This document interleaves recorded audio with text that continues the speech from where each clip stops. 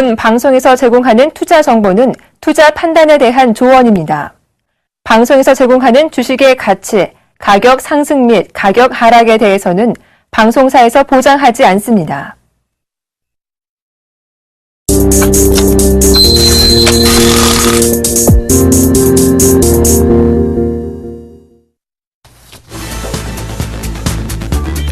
안녕하십니까. 막상막하 투맨쇼의 예병군 멘토입니다. 안녕하십니까. 정지현 멘토입니다. 예, 정지현 멘토님. 네. 시장이 좋았어요. 얼굴이 좋아 보이십니다. 오늘 그다지 썩 좋지가 않습니다. 아, 그렇습니까? 네. 정지현 멘토님 요새 깜빡깜빡하고 이런 거 없으세요? 눈은 깜빡깜빡하죠, 매일. 아니, 정신 말입니다. 저는 아직 젊기 때문에요. 예. 그럴 일은 전혀 없습니다. 예.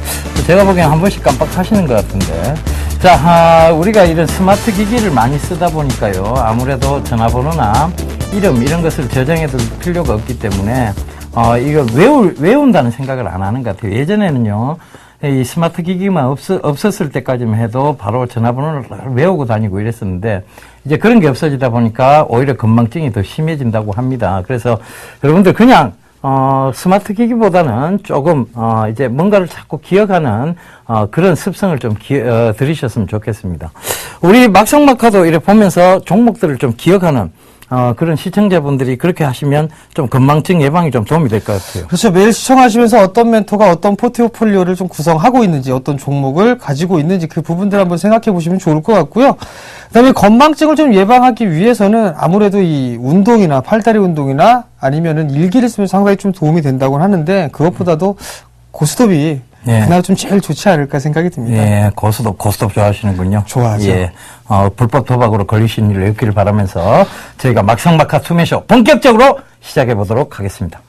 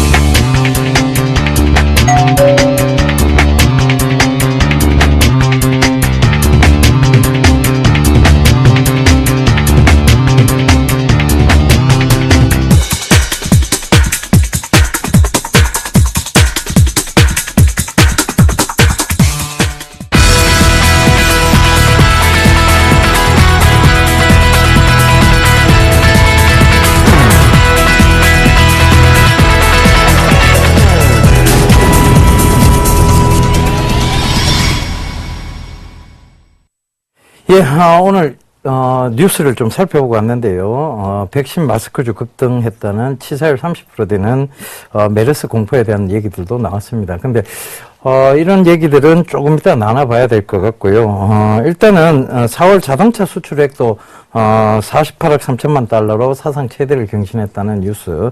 그래서 최근 자동차주가 잘 가는 것 같이 보입니다. 오늘 조금 하락을 장중에는 좀 했었어요. 그러다가 장 후반에는 약보합으로 싹 돌려놓는, 즉 상승장을 이어가는 모습을 좀 보였는데요. 오늘 장 어떻게 보셨는지 정재훈 멘토님께 여쭤보고 하도록 하겠습니다. 예, 금요일도 뭐 양호한 흐름들이 나타났습니다. 최근에 좀 많이 올랐기 때문에 숨고르기가 좀 진행된 그런 하루가 아니었나 싶습니다.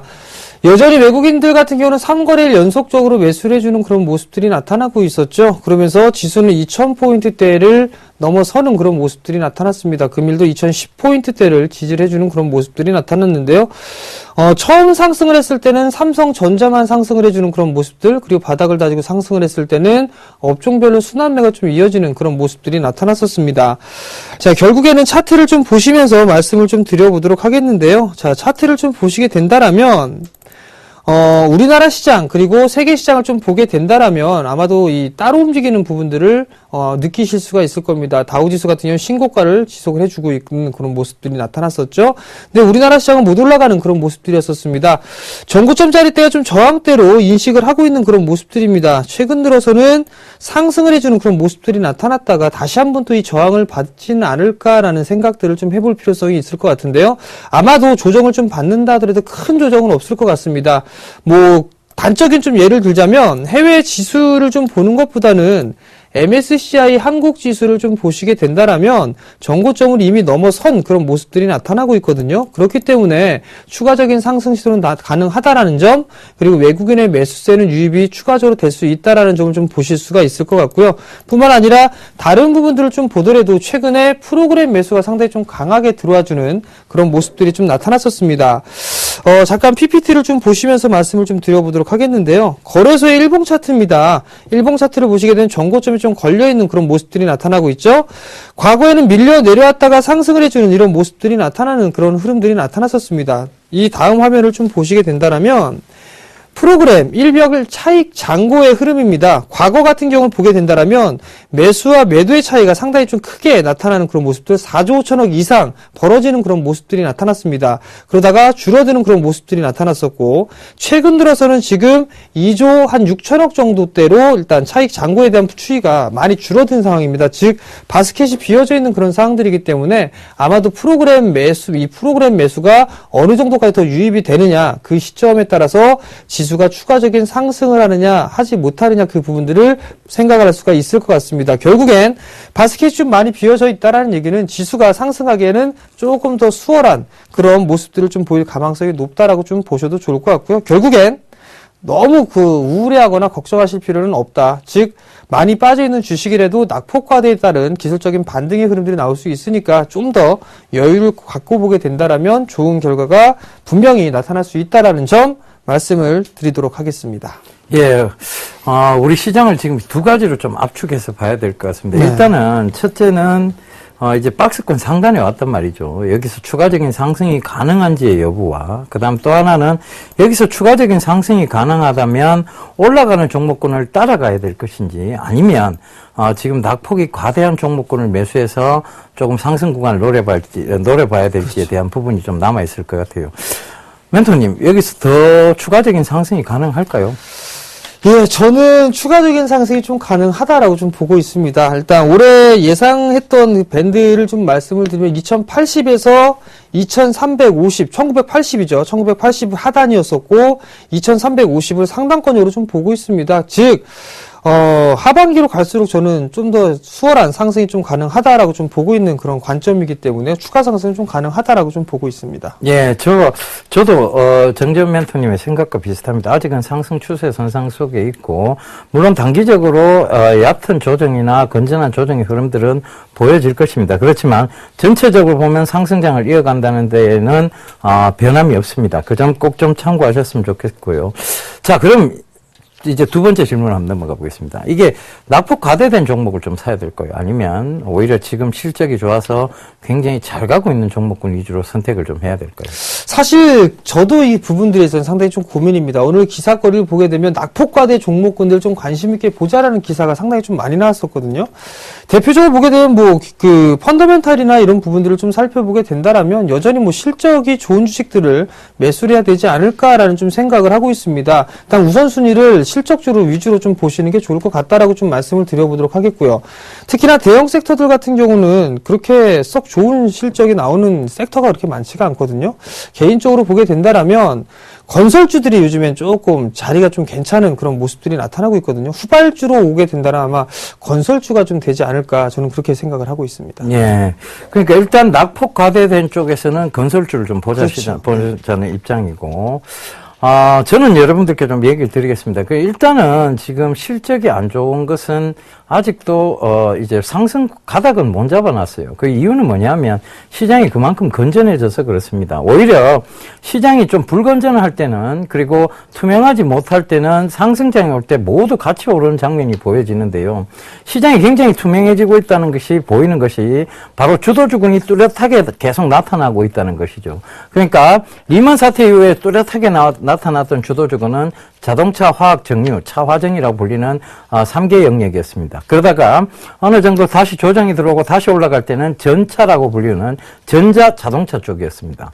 그런데 지금 주도주거로 보이는 것도 역시 전자 자동차 쪽이 강합니다. 그래서 이 투명한 시장에서 벌어지는 가장 극명한 형태, 그러니까 바로 강한 주도주군이 나타나고 그 주도주군을 상승시킴으로써 전체 시장의 상승을 이끌어 나가는 부분들, 그 부분도 꼭 좀 체크를 해 보셔야 되는데, 전자 자동차 쪽의 실적이 어마어마하게 좋습니다. 그죠? 우리나라에서는 다른 섹터하고는 비교할 수 없을 정도로 좋습니다. 그래서 지금 전자 자동차가 주도주군의 형태를 띠는 거고요.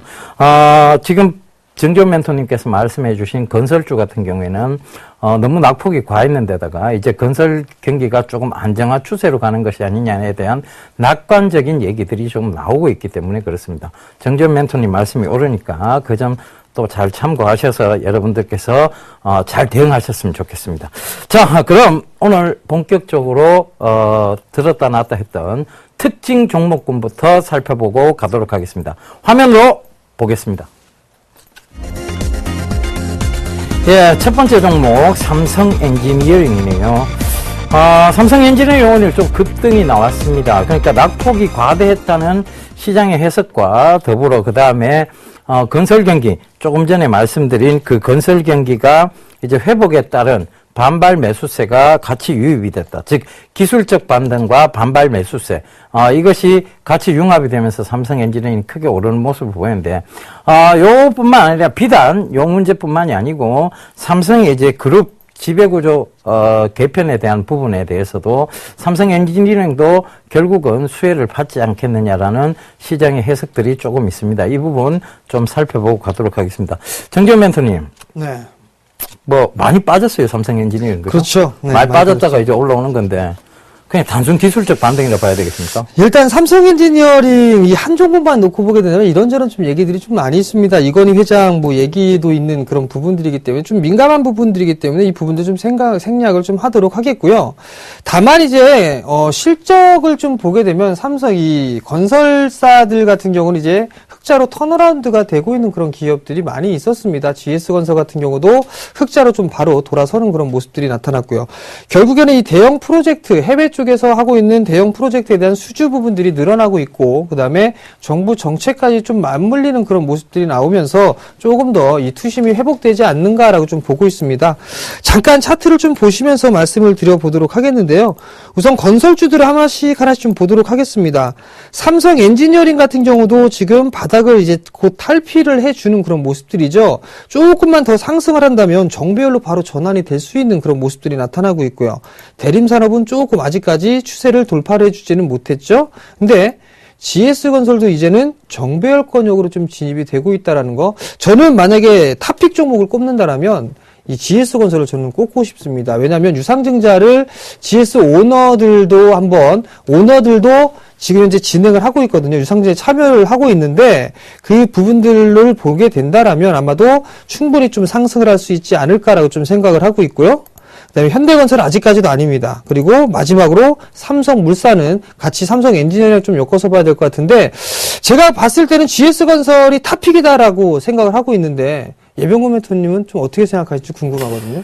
예, 저는 아직 건설주들에 대해서 되게 낙관론을 가지고 있지는 않습니다. 아직까지는 건설 경기 자체가 확연히 돌아섰다는 확실성이 조금 떨어지고요. 그 다음에 또 하나는 이제 그 건설주들, 즉 건설주들의 어떤 순이익적인 측면을 바라본다면 대형 아파트들이 많이 팔려야 됩니다. 그런데 지금 대형 아파트들의 인기가 여전히 없는 상태고 이것은 지금 그러니까 1인 가구 세대가 많이 늘어나고 있어요. 어떤 트렌드적인 측면에서도 살펴볼 수 있을 것 같은데요.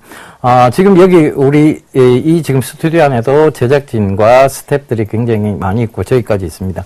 근데 굉장히 작은 평수의 아파트를 요구하는 1인 가구 세대들이 많이 등장을 하고 있다는 것이죠. 그러다 보니까 대형 평수대가 점점 인기가 없어지는 것이고 그 인기가 없어짐에 의해서 그다음에 이런 바로 대림산업이라든가 GS건설의 중대형 아파트들이 나가질 않죠. 그래서 그런 부분들이 아직은 건설 경기가 살아오는데 좀 걸림돌이 되지 않겠느냐라는 부분과 아직 건설사들이 PF 대출에 대한 잔액들이 좀 많이 있습니다. 그래서 그 프로젝트 파이낸싱은 굉장히 이율이 비싼 그런 돈을 쓰고 있기 때문에 과연 실질적인 측면으로 강하게 턴어라운드 할 수 있는가에 대한 의문도 조금은 남아있는 듯 보입니다. 그래서 그런 부분들이 상승의 제한적 요인이 있을 것이고 그 제한적 요인에서는 다시 한번 밀리지 않겠나 그 생각을 하고 있습니다.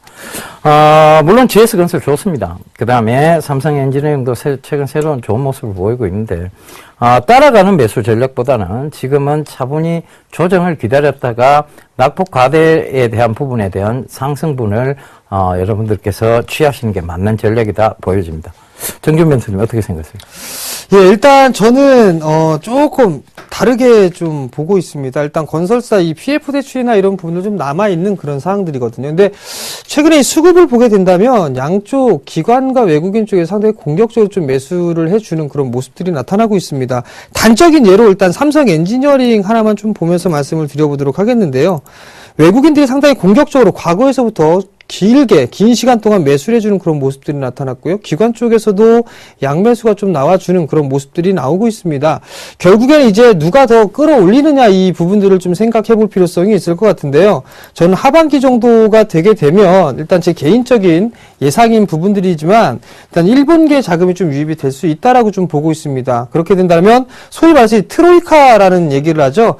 금융 쪽과 그 다음에 IT, 건설 이런 쪽 섹터들은 아마도 이 외국계 자금으로 인해서 큰 폭의 상승을 하지 않을까라고 저는 생각을 하고 있거든요. 물론 하반기 때입니다. 7월 이후가 될 부분들이 있겠지만 일단 나름대로 좀 건설주들은 전차를 이어서 건설사들은 그 다음에 이어갈 수 있는 그런 주도 섹터가 되지 않을까 저는 그렇게 좀 생각을 하고 있습니다. 예. 정준 멘토님의 얘기 잘 들어봤습니다. 그러면 오늘 장 두 번째 특징 종목 살펴보겠습니다. 예, 두 번째 특징 종목 소리바다네요. 바로 음원 관련주죠, 그죠? 음원 관련주인데, 정재훈 멘토님께서 좀 많이 강조했던 KT 뮤직이 굉장히 지금 고가를 형성해 나가면서, 즉, 연중 최고치를 갱신해 가면서 올라가고 있는 모습입니다. 정재훈 멘토님, 음원 관련주 잘 찝으신 것 같은데, 얘기 좀 해주시죠. 재수입니다. 자, 일단 KT뮤직은 이 증시 큐에부서에서 대안주로도 좀 말씀을 드렸던 부분들이고요. 음원 관련주들이 상승하는 그런 흐름들을 좀 보게 된다라면 뒤로 좀 돌려서 봐야 될 것 같습니다. 컨텐츠에 대한 부분들이 새로운 좀 패러다임으로 일단 분류가 좀 되고 있다라고 좀 보셔도 좋을 것 같습니다. 그만큼 실적을 좀 겸비를 하면서 성장을 하고 있다라고 좀 보셔도 좋을 것 같거든요. 일단 소리바다 같은 경우도 마찬가지입니다. 1000만 건의 다운로드를 이미 좀 넘어서는 그런 모습들이 나타나고 있다라는 거. 그렇다면 자연스럽게 실적 좀 좋아질 수밖에 없다라고 좀 보셔도 좋을 것 같습니다. 근데 이 소리바다 같은 경우는 옌멘토님께서 좀 관심 있게 좀 보고 쭉 지켜보고 있던 종목 아닌가요? 네. 그 영화 변호인 때문이었죠. 네, 그 그렇죠. 자회사 윌 엔터테인먼트의 변호인 그 흥행.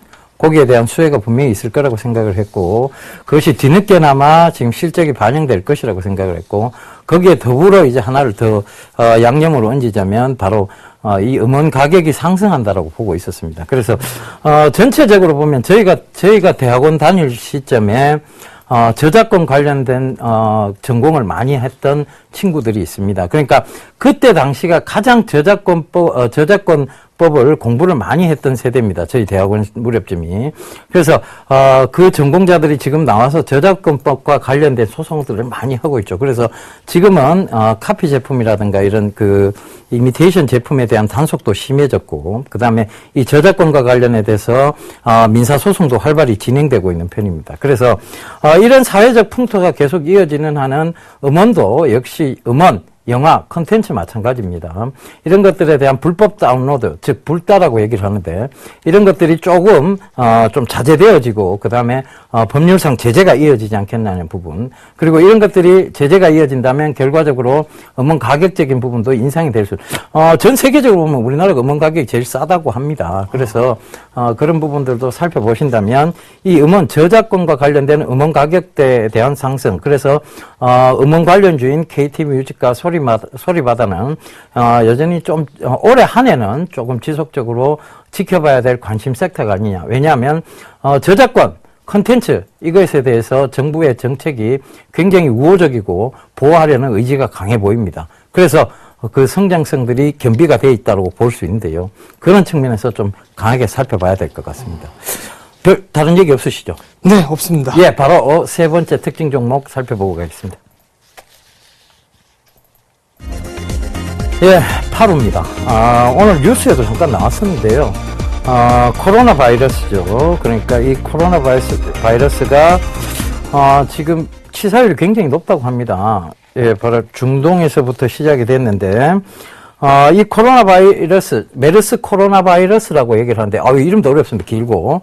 근데 이 바이러스가 치사율이 30%나 이러고, 굉장히 공포스럽다고 합니다. 미국에서 지금 환자들이 계속 발생하고 있고, 그 메르스 코로나 바이러스를 치료하던, 이제 간호사들, 즉 스태프들조차도 코로나 바이러스에 감염되는 등, 그러니까 이 기관지로 확산이 되기 때문에 굉장히 전염성이 강하다는 것과 그다음에 사스죠. 이 사스가 치사율이 한 6%밖에 안 됐습니다. 그리고 조금 있으면 월드컵이 또 개최가 돼요. 브라질에서. 그렇다 보면 세계적으로 인구 이동이 이어질 것이고, 그러다 보면 이게 오히려 전염병을 창궐하게 하는 역할을 할 수도 있을 것 같습니다. 그래서 한때 사스 때문에 얼마나 공포스러웠습니까? 그죠? 그렇죠. 그 애들 조금만 열올라도 병원을 데리고 가서 사스 검사를 하고 그랬었습니다. 그죠?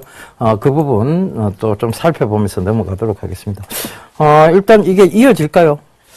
일단 금일 좀 기사화가 좀 되면서 상한가로 올라갔었죠. 8호 같은 경우는 일단 초입 단계인 부분들이기 때문에 우선적으로 추가적인 상승은 좀 나올 수 있다라고 보고 있습니다. 다만 이제 여기서 봐야 될 부분들은 만약에 개인 투자자분들 같은 경우도 내일부터는 아마 관심 있게 좀 보지 않을까 싶거든요. 그런데 여기서 이제 좀 주의를 요한다라고 한다라면 실적이 좀 나오는 기업들이 이렇게 많지는 않습니다. 그렇기 때문에 일단 트레이딩 관점으로 좀 접근을 해보는 전략이 좀 좋겠다라고 말씀을 드려보도록 하겠고요. 이거는 뭐 큰 금액을 들어가는 것보다는 일단 소액으로 좀 하는 거. 그리고 제가 개인적으로 좀 싫어하는 부분들이요. 남이 이렇게 해를 입거나 안 좋은 일이 있을 때 올라가는 주식들은 저는 좀 선호하고 있지는 않습니다. 올라가더라도. 그건 저하고 생각이 비슷합니다. 네. 그래서 좀 피하는 그런 습성이 좀 있는데, 이런 건 좀 안 했으면 좋겠다라는 거 개인적인 생각이죠. 네. 맞습니다. 우리가 보통 질병 관련주를 사놓고 그 전염병이 창궐하기를 바라고 전쟁 관련주를 사놓고 북한이 도발 있기를 바라는 그런 마음을 가진다면 이건 주식을 거꾸로 배우고 계시는 겁니다. 그렇게 해서는 절대 안 되고 그것은 철저하게 어떤 예상적인 측면보다는 이렇게 될 수도 있기 때문에라는 어떤 방어적 차원에서 접근을 하셔야 될 것 같아요. 그러니까 시장이 전쟁 관련주 분명히 방어적 차원입니다. 그러니까 다른 종목들이 그 전쟁의 이슈가 되면 다른 종목군들이 대다수 빠지기 때문에 그때 해치 차원에서 전쟁 관련주를 보셔야 되는 거고요. 질병 관련주는 특히 더더욱 그렇습니다. 여러분들이 그 질병 관련주를 사놓고 주말에 사람이 몇 명 죽기를 바라고 이런다면 그 여러분들 정말 안 될 겁니다. 여러분들 오히려 주식시장에서 큰 돈을 잃으실 수 있습니다. 왜? 바로 이런 회사들이 실적이 안 나오기 때문입니다. 결과적으로 정재훈 멘토님 말씀이 맞습니다. 실적이 안 나오는 회사들은 모멘텀에 의해서 살짝 올라갈 수는 있으나 결국은 다시 제자리를 찾아오게 되어 있습니다. 그 점도 참고를 해보셔야 될 것 같고요. 일단은 질병 관련 섹터 쪽은 초기 대응은 좋습니다. 왜냐하면 지금 초기고 이 초기 대응 단계에서는 분명히 어떤 계속 뉴스가 또 혹은 이슈가 될 수도 있기 때문에 초기 대응 관점에서는 충분히 보시되 반드시 트레이딩 관점을 유지하시라는 거. 왜냐하면 급등이 있으면 급락이 나오는 곳이 꼭 바로 이 질병 관련주라는 거 다시 한번 명심하시면서 자, 오늘장 특징 종목군 살펴봤던 거 마치도록 하겠습니다. 자, 우리 멘토들 수익률 점검에 나서 보겠습니다. 화면으로 오늘의 수익률 확인해 보겠습니다. 5월 15일 목요일 막상막하 투맨쇼 포트폴리오 수익률 확인해 보도록 하겠습니다. 먼저 예병군 멘토의 포트폴리오입니다. 현재 포트에는 총 5종목이 편입되어 있는데요. 그중 바텍 종목 목표가를 기존 18,200원에서 19,500원으로, 손절가를 기존 14,800원에서 16,200원으로 상향 조정해 주셨으니까요. 내일장 전략에 참고하시기 바랍니다. 다음은 정재호 멘토의 포트폴리오입니다. 더존비즈온 종목이 오늘 장중 손절가인 11,000원을 터치하면서 매도 확정 처리가 됐고요. 이건창호와 세아제강 종목을 내일장 시초가에 매도 의견 주셨습니다. 또 내일장에 나이스 DNB 종목을 매수가 2,900원에 편입 시도해 주셨으니까요. 내일장 전략에 참고하시기 바랍니다. 다음은 오늘장 막상막하 투맨쇼 멘토별 포트폴리오 수정사항입니다. 먼저 김용주 멘토의 디지털 옵틱이 의료기기 첫 수출 소식에 오늘장 14.58%로 상한가 행진을 이어갔고요. 조민규 멘토가 유니테스트 손절가를 기존 1,800원에서 1,900원으로 상향 조정해 주셨습니다. 정동 멘토의 한화케미칼은 오늘 장중에 목표가인 19,200원을 터치하며 8.2%로 차익 실현했으니까요. 내일장 전략에도 참고하면 좋겠죠. 이번에는 포트폴리오 수익률 베스트입니다. 오늘장 수익률 베스트 먼저 2위부터 확인해 보도록 하겠는데요. 예병군 멘토의 바텍이 오세기 멘토를 제치고 다시 2위 자리를 선점했습니다. 28.4%를 기록하며 2위를 차지하고 있고요. 3위는 오세기 멘토의 쌍용 머티리얼이 24.9%를 기록하고 있습니다. 4위는 남은우 멘토의 쌍용차가 17.7%를, 5위는 조민규 멘토의 리노스가 15.9%를 기록하고 있습니다. 그러면 오늘장 막상막하 투맨쇼 수익률 베스트 1위는 누가 차지했을까요? 정재훈 멘토의 사마 네트워크스가 98.1%의 수익률을 기록하며 1위 자리를 지켜내고 있고요. 마지막으로 누적 수익률 베스트입니다. 정재훈 멘토가 누적 수익률 104.1%를 기록하며 1위 자리를 지켜내고 있고요. 조민규 멘토가 51.2%로 2위를, 예병구 멘토가 50.8%로 3위를 기록하고 있는 모습입니다. 과연 내일장 포트폴리오 순위에는 어떤 변동률이 생길지 막상막하 투맨쇼 멘토들의 내일장 수익률도 기대해 주시기 바랍니다.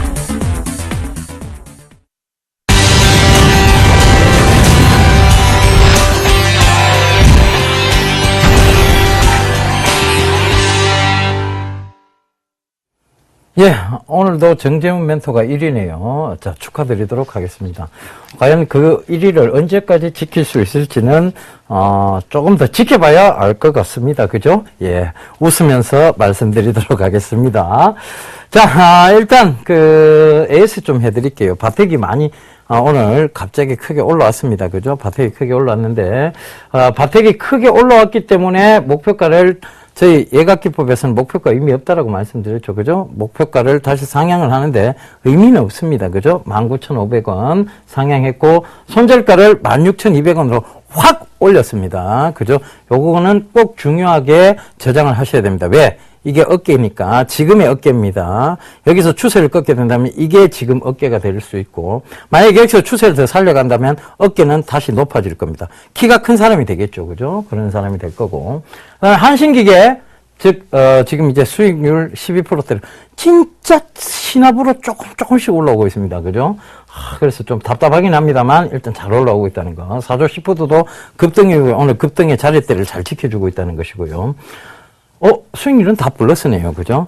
마이너스가 파란색이 안 보입니다. 역시 예병군 멘토의 예각기법입니다. 그 점 꼭 좀 참고하시면 되겠습니다. 자, 힌트엠도 오늘 모습 좋고요. 동성제약도 편입하고 이후로 계속 모습이 좋은 모습들 보이고 있습니다. 자, 그러면 이쯤 되면 여러분들 예병군 멘토가 오늘은 어떤 히든 카드를 들고 왔을지 좀 궁금하실 거예요. 그래서 오늘 키워드부터 살펴보고 가도록 하겠습니다. 예, 첫 번째 키워드 사물인터넷이죠. 올해는 뭐 사물인터넷이 화두예요. 그죠? 그 다음 삼성전자와 시스코 뭔가 관계가 있는 것 같습니다. 그죠?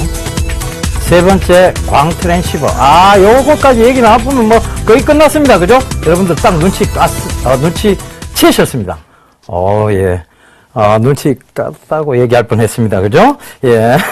자, 일단, 사물인터넷 관련주라는 거, 올해 시장의 화두죠. 어떻게 보면. 가장 크게 지금 지원이 되고, 가장 크게 사업 영역이 될 만한 곳이 바로 올해의 바로 화두인 사물인터넷입니다. 사물인터넷 관련주들은 지금 순환매 차원에서 계속 올라오고 있다는 점이고, 그 점에서 사물인터넷의 근간이 되는 회사도 분명히 살펴봐야 된다는 거. 근데, 제가 오늘 소개시켜드릴 여러분들이 눈치채신 그 종목이 사물인터넷의 근간이 되는 종목입니다. 그 다음 두 번째 키워드인데 삼성전자와 시스코의 관계예요. 삼성전자 이재용 부회장이 지금 정신없겠습니다만은 얼마 전에 시스코 회장하고의 회동을 가졌습니다. 근데 이 부분이 참 중요해요. 그냥 서로 인사하기 위해서 만난 거 아닙니다. 바로 미국의 통신망 재구축에 대한 부분들의 논의가 있었고 이것에 대한 컨소시엄이 구성이 됐고 삼성전자 쪽에서 오히려 지금 정부 쪽으로 지원을 요청을 했습니다. 그죠? 컨소시엄 구성을 위해서 그 부분을 참고를 해보시면 되겠습니다. 그럼 세 번째가 이제 광 트랜시버입니다. 우리가 흔히 가장 많이 쓰는 것이 10기가 BPS라는 광 트랜시버인데요. 이 광 트랜시버가 굉장히 마진이 좋아요. 그러니까 실적이 좋을 수밖에 없다는 얘기겠죠. 그죠? 거기서 더 부가가치를 한 것이 바로 스마트 트랜시버입니다. 바로 동사의 주력 제품인데요. 이 트랜시버가 뭐냐면 결국은 전환장치입니다. 음성 신호를 전자신호로, 전자신호를 빛신호로, 광신호로, 광신호를 다시 전자신호로, 전자신호를 다시 음성신호로 바꿔주는 역할들을 하는 것들. 이것이 바로 트랜시버예요. 그러니까 전환장치라고 보시면 될 것 같습니다. 그럼 인터넷이나 통신 쪽에서는 굉장히 필요한 바로 부품이라는 거 여러분들 바로 눈치채셨을 거예요. 꼭 필요한 부품은 시장 점유율만 높다면 실적은 계속 좋아집니다. 그래서 제가 들고 온 오늘의 히든카드는요. 오이 솔루션입니다. 다시 들고 왔습니다. 아마 프로그램에서 손절이 나가서 여러분들 왜 예병군 전문가가 잘 손절 나온 종목을 들고 왔을까라고 생각하셨을 거예요. 근데 그것은 속임수였습니다. 결국은 시장이 여러분들이 어떤 물량을 뺏어가니까 시장이 속임수를 줘가면서 빼뜨린 거예요. 크게 거래량 없이 빠졌었습니다. 그런데 지금 다시 재상승을 하다가 오늘 눌림목이 들어왔습니다. 이거는 매수 기회라고 보셔야 될 것 같고요. 빅데이터 시장 계속 성장을 하고 있죠. 그러면서 미국이 굉장히 지금 통신망 재구축 사업이 신성장 동력으로 될 것이라는 것을 보고 계속해서 그 기대감을 가지고 있습니다. 이 미국 통신망 재구축에 대한 기대는 계속 이어질 전망이고요. 사물 인터넷이 결과적으로 이게 원활히 활성화가 되기 위해서는 요새 최근에 사물 인터넷 관련주 중에 가장 뚜렷한 특징을 보이고 있는 것이 비콘입니다. 비콘은 어떤 영역대에 들어가면 여러분들 그 백화점에서 어느 매장을 지나갈 때 그 매장에 대한 종합 정보를 스마트 기기 쪽으로 바로 저전력 시스템인 블루투스 시스템을 이용해서 전달해 주는 거예요. 이런 모든 통신망에 대한 부분들에 있어서 가장 근간이 되는 것이 뭐냐면 부품주입니다. 그 부품주 중에서도 가장 핵심 부품을 생산하고 있는 회사 바로 오이솔루션인데요. 제가 준비해온 키워드 PPT를 보면서 조금 설명을 다시 드리도록 하겠습니다. 자, 이 전송 장비 제가 설명했던 그대로예요. 광신호, 즉 전자신호를 광신호로 바꾸고 그래 다시 광신호를 전기신호로 바꿔주는 광 트랜시버입니다. 바로 이런 부분들이 지금 꼭 바로 이런 FTTH나 WBH 장비 쪽에서는 꼭 필요하다는 거. 이 FTTH는 뭐냐 하면 Fiber to the Home이라고 해서 집까지 연결된 선을 말하는 거예요. 그런 선들이 꼭 필요한 시스템 바로 광 트랜시버입니다. 그 다음에 이제 굉장히 고부가 가치 제품이죠. 바로 스마트 트랜시버입니다. 이 스마트 트랜시버는 결과적으로 걸러야 될 것과 그 다음에 계속 이어질 것을 계속 왔다 갔다 알아서 스마트하게 이어주는 역할을 한다는 거죠. 그래서 스마트 트랜시버는 굉장히 지금 시장에서 관심이 많습니다. 그 점도 꼭 좀 참고를 해보셔야 될 것 같습니다. 오늘 스튜디오 안이 굉장히 덥네요. 지금 조명 때문인 것 같습니다.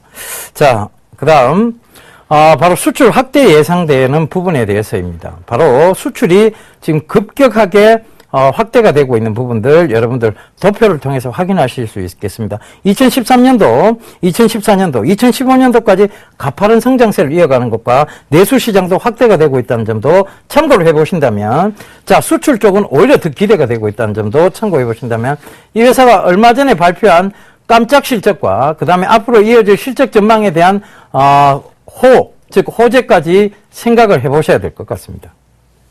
자, 그래서 이런 부분들이 지속적으로 이어지고 있다는 점. 그 다음에 바로 다양한 글로벌 기업 매출처를 확보하고 있다는 점입니다. 얼마 전에 삼성전자하고 시스코 회장하고의 회동이 있었다고 얘기했죠. 삼성전자 부회장과. 삼성전자에도 납품이 되고 있고, 시스코에도 납품이 되고 있습니다. 당연히 컨소시엄이 구성될 수밖에 없습니다. 그죠? 그리고 여기 글로벌 기업 맷들에 보면 중국 화웨이가 있습니다. 제일 큰 통신회사로 불리죠. 그죠? 중국에서도. 그 다음에 에릭슨이 보이죠. 그리고 LG 에릭슨도 보입니다. 그리고 히타치도 보이고요.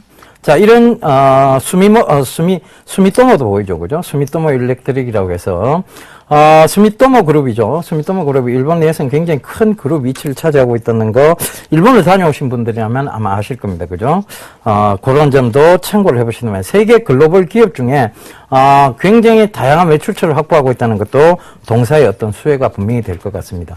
자, 그렇다면, 자, 이 오이 솔루션에 대한 가격 전략을 다시 한번 잡아보자고요. 저번에 그 손절선을 딱 잡았는데 그 손절선 딱 터치하고 쫙 다시 올라왔어요. 그죠? 그래서 그 부분도 참고를 해가면서 제가 조금 제시를 해드리도록 하겠습니다.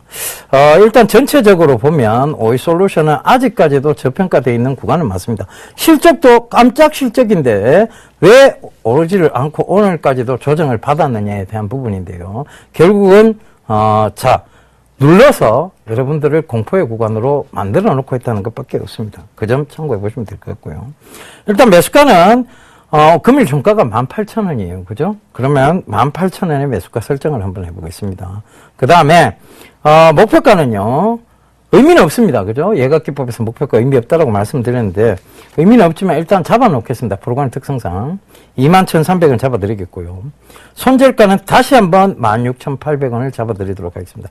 이 16,500원까지 싹 빠져고 바로 올라왔죠. 그죠? 바로 올라온 모습인데 그래도 또 고집 있게 손절선은 16,800원을 타이트하게 잡아놓고 가도록 하겠습니다. 자, 통신망 구축에 있어서 꼭 필요한 회사, 꼭 필요한 부품 회사. 이 오이 솔루션을 기억하셔야 될 것 같습니다. 지금까지 예병군 멘토의 오이 솔루션이었습니다.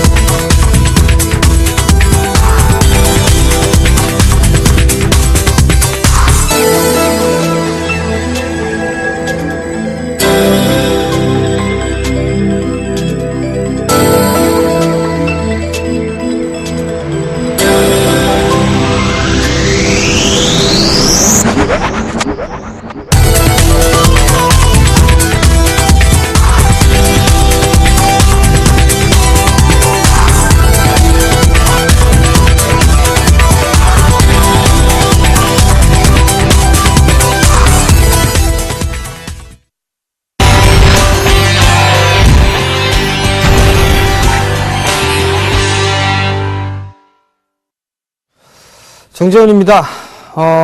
오늘 이 히든카드를 좀 말씀을 드리기 전에 일단 포트폴리오 AS를 좀 해드려야 됩니다. 막상막하 투맨쇼를 하면서 최악의 하루가 아니었나라는 좀 말씀을 드려보도록 하겠습니다. 오늘 손절이 한 종목이 나갔습니다. 더존비존이 손절가를 좀 이탈했습니다. 아마 처음으로 손절을 하는 게 아닌가라고 좀 생각이 드는데요. 11%대의 손실이 났습니다. 실적이 좀 안 좋게 나왔습니다. 일단 1분기에 대한 실적이 좀 부진할 것이다라는 부분들은 알고 있었는데 일단 과도하게 좀 매도가 나온 부분들이 아닌가라는 판단을 하고 있습니다. 기관 쪽에 상당히 좀 대량으로 매도가 나와주는 그런 모습들이 나타나고 있기 때문에 일단은 일정 부분 이 약폭을 좀 축소를 시키는 그런 과정을 좀 들어가 있는 그런 상황들이지만 일단 대량의 거래가 터졌다라는 거, 그렇다는 얘기는 일단 리스크 관리를 좀 하고 지켜보는 전략이 좀 더 유리하겠다라고 좀 말씀을 드려보도록 하겠습니다. 자, 그리고 이제 이건창호와 세아제강이 있는데요. 우선 제가 대량으로 좀 마이너를 다 했습니다. 오늘 더존비지원도 손절 가격이 이탈이 되지 않았다라고 하더라도 일단 포트폴리오를 다시 좀 꾸리려고 준비를 하고 있었기 때문에 일단 이 세 종목을 오늘 편입으로 좀 제외를 하려고 했습니다. 그렇기 때문에 이건창호와 세아제강 일단 시초가 부근에서 내일 시초가에 일단 매도를 좀 해가지고요. 일단 바로 새로 포트폴리오를 좀 구성을 해드리도록 하겠습니다. 그 다음에 이제 차이나하우란이 있죠. 차이나하우란은 마이너스 10% 정도가 됐음에도 불구하고 손절이나 리스크 관리나 이런 부분들은 하지는 않았습니다. 낙폭을 다시 또 축소를 해주다가 오늘 금일 같은 경우 약간 좀 밀려 내려오는 그런 모습들이 나타났었죠. 일단 1분기 실적은 괜찮습니다. 근데 2분기와 3분기, 아마 4분기 더 좋아질 것이다라고 판단을 하고 있습니다. 증설을 했었죠. 그 부분들 때문에 아마도 이격을 일정 부분 좁히고 난 이후에는 다시 한번 추가적인 상승 시도는 분명히 나올 것이다라는 부분들 아직까지도 판단을 그렇게 하고 있습니다. 그렇기 때문에 이 종목은 조금 더 끌고 가서 AS를 끝까지 좀 진행을 해드리도록 하겠습니다. 자, 그리고 내일장에 편입을 해야 될 종목 중에 하나가 나이스 DNB입니다. 나이스 DNB를 내일 편입을 시도를 할 건데요. 일단 이 나이스 DNB에 대한 부분들을 조금 살펴보게 된다면 이 나이스 DNB는 매년 사상 최고의 실적을 경신을 하고 있는 그런 상황들입니다. 그렇기 때문에 실적이나 이런 부분들은 크게 걱정할 부분들은 없다라는 거, 그리고 기술적인 흐름 상황을 좀 놓고 봤을 때는 바닥권역을 탈피를 해주는 그런 모습들이 나타날 수가 있기 때문에 일단 내일장에 한번 편입을 해보도록 하겠습니다. 자, 그리고 마지막이죠. 100%를 넘어갔었습니다. 사마네트웍스가. 근데 금일 소폭 좀 밀려내려오는 그런 모습들이 나타났었죠. 아마 조금 더 상승 여력은 있다라고 좀 보셔도 좋을 것 같습니다. 그렇기 때문에 조금 더 보유를 해보는 전략 말씀을 좀 드려보도록 하겠고요.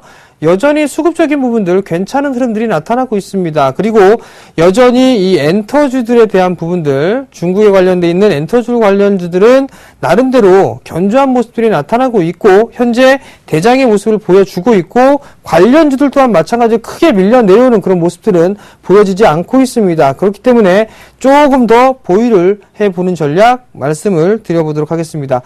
자, 그럼 여기에서 제 포트폴리오 AS는 마무리를 하도록 하겠고요. 히든카드 키워드부터 보도록 하겠습니다. 자, 첫 번째 키워드입니다. 첫 번째 키워드는요, 실적 발표입니다. 두 번째는요, 흑자 전환이고요. 마지막으로 세 번째는요, 바이오입니다. 자, 이 세 가지를 제가 히든카드 이 키워드로 좀 말씀을 좀 드렸는데요. 첫 번째 실적 발표입니다. 안 좋게 이 손절이 좀 나갔었죠, 종목이. 그죠? 근데 그 부분들을 좀 살펴보게 된다라면 실적이 안 좋았다고 예상을 하거나 아니면 실적 발표를 해주지 않았거나 그런 기업들 같은 경우는 최근에 큰 폭의 흐름들이 좀 나오지는 않고 있습니다. 근데 이 기업 같은 경우는 실적 발표를 이미 진행을 했습니다. 그렇기 때문에 일단 불확실성은 해소가 됐다라고 좀 보셔도 좋을 것 같고요. 그 다음에는 흑자 전환입니다. 적자를 좀 기록을 했었는데 올해 1분기 때 흑자로 돌아서는, 즉 턴어라운드의 좀 모습을 보이고 있다라는 점. 마지막으로 바이오입니다. 제약 바이오 관련주다라고 좀 보셔도 좋을 것 같은데요. 최근에 주가의 흐름들을 놓고 봤을 때 제약 쪽의 종목군들이 나름대로 괜찮고요. 그리고 바이오 기업들도 나름대로 이제 바닥을 탈피를 하려는 그런 모습들이 나타나고 있거든요. 그렇기 때문에 이 종목도 한 차례 추가적인 상승 충분히 좀 나올 수 있지 않을까라고 좀 생각을 해서 들고 났습니다. 자, 제 히든카드를 만나보도록 하겠습니다. 예, 히든카드는요, 바이넥스를 준비를 했습니다.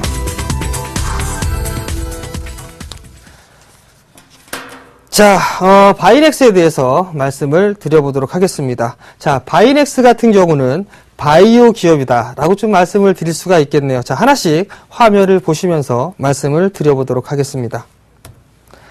자, 히든카드 바이오 제약의 베이스 캠프 바이넥스다 라는 거, 이 기업이 왜 이제 베이스 캠프를 하는가라는 부분들을 생각해 볼 필요가 있겠죠. 자, 이 기업으로 말씀드릴 것 같으면 여러 가지 사업을 영위를 하고 있습니다. 그 중에 바이오시밀러에 대해서 국내 유일하게 위탁 생산업체다라는 부분들 꼭 기억을 하셔야 될 것 같습니다. 자, 다음 화면을 보도록 하겠습니다.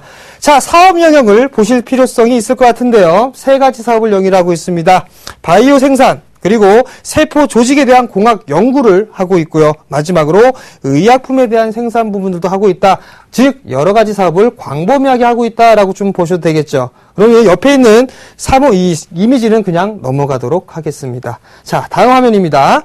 연구 분야를 보시게 된다면요, 면역세포 그리고 종양 조직, 즉 암이나 이런 부분들 꾸준하게 연구를 해주는 그런 모습들이 나타나고 있겠죠. 또 하나 줄기세포, 그 다음에 정자은행 뭐 이런 거 그냥 이거는 넘어가도록 하겠고요. 조금 부끄럽습니다. 자, 그렇기 때문에 줄기세포 은행에 대해서는 좀 말씀을 드려야 될 것 같습니다. 즉, 이 줄기세포 부분들은 지금 제약 바이오 쪽이 이 사업들을 다 하고 있다는 얘기죠. 의학 쪽이라든가 줄기세포 이 부분들에 대해서는 나름대로 지금 제약 바이오 쪽 섹터들을 다 사업을 영위를 하고 있다는 얘기입니다. 그렇기 때문에 포괄적인 사업을 즉 제약 쪽과 바이오 시밀러 이쪽 사업을 전부 하고 있다는 얘기죠. 결국 일석삼조다라는 말씀 드려보도록 하겠습니다. 자, 하나씩 볼게요. 자, 지금 이 활성화 림프구를 이용한 치료 방법입니다. 즉, 여러 가지 제약, 이 사업을 영위를 하고 있는데 연구를 진행을 하고 있죠. 그 중에서 하나가 활성화 림프구, 즉, 이 부분들, 스트레스나 열, 방사선이나 화학요법을 이용해서 자기에 대한 림프구 세포를 이용해서 면역력이나 이런 부분들, 치료에 대한 효과, 그리고 면역에 대한 부분들을 극대화시킬 수 있는 치료 방법들 나와 있다라고 좀 보셔도 좋을 것 같고요. 세포 냉동에 대한 보존 기술이 있습니다. 자, 화면을 보시게 되면 젊습니다. 근데 나이가 들었죠. 이 얘기는 무슨 얘기냐면 저처럼 젊었을 때에는요. 세포가 아주 왕성한 활동을 하고 있겠죠. 근데 나이가 먹고 좀 늙어가는 모습들이 나타나게 된다면 즉 나이가 들어가게 되면 면역력이 좀 약화가 되는 그런 모습들이 나타나죠. 그렇기 때문에 젊었을 때에 제 조직세포를 보관을 해놓는 그런 기술, 즉 이러한 사업도 영위를 하고 있다라는 부분들입니다. 결국에는 이 면역세포 은행의 중요한 부분들은 뭐냐면은요. 암질환에 대한 치료도 할 수가 있고요. 난치병에 대한 치료, 암질환 치료에 대한 부분들, 그리고 마지막으로 불임치료 참 중요하죠. 이런 치료들도 할 수 있다라는 의미. 그렇다면 여러 가지 사업을 할 수 있는 이 기업을 관심 있게 좀 보셔야 된다라는 말씀을 드려보도록 하겠습니다. 자, 그러면 제가 차트를 보시면서 하나씩 말씀을 드려보도록 하겠습니다. 자, 바이넥스를 일단 좀 보셔야 될 것 같습니다. 자, 바이넥스를 보시게 된다라면요, 쭉! 자, 제가 기술적인 흐름들을 좀 보게 된다라면 어떤 부분들이 있죠? 정배열권역에 있는 부분이었었겠죠? 그렇기 때문에 매수 포인트는 충분히 잡을 수 있다라는 점 말씀을 드려보도록 하겠습니다. 빨리빨리 하라는 신호 때문에 그냥 매수가를 말씀을 드려보도록 할게요. 자, 6,910원에 끝났습니다. 매수가는 6,800원 제시를 해드리도록 하겠고요. 목표가 7,500원, 손절가 6,300원을 제시를 해드리도록 하겠습니다. 자, 지금까지 정재훈이었습니다.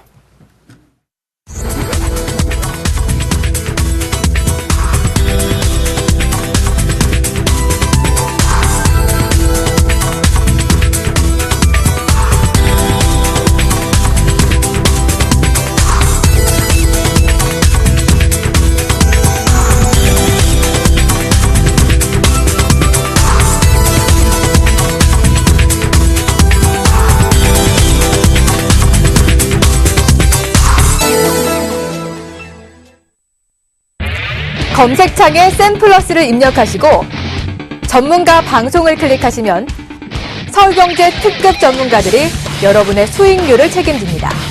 주식 투자 샘플러스와 함께하세요. 예, 오늘 정재훈 멘토님께서 굉장히 젊음을 많이 강조하셨습니다. 그죠? 본인은 젊다는 것 굉장히 많이 강조하셨는데, 저희가 납 프로그램도 같이 하고 있는 게 있죠. 바로 정식 큐 여보세요에서 정재훈 멘토님하고 제 나이에 대해서 궁금해 하시는 분들이 많아서 제가 어제 간략하게 정리해 드렸습니다. 한마디로 일축해서 정리해 드렸죠. 재훈이 형. 자, 이렇게 정리를 해 드렸으니까요. 자, 요즘 참고하시면서, 저희는, 또 다음 주에 인사드리도록 하겠습니다. 여러분들, 시장은 계속 좋아지고 있습니다. 그러니까 너무 힘 빠져 하지 마시고, 힘을 내십시오. 더더욱 힘을 내셔야 될 시기고 주식 비중을 늘려야 되는 시기라는 거 다시 한번 말씀드리면서 물러가겠습니다. 자, 지금까지 시청해 주셔서 대단히 감사합니다.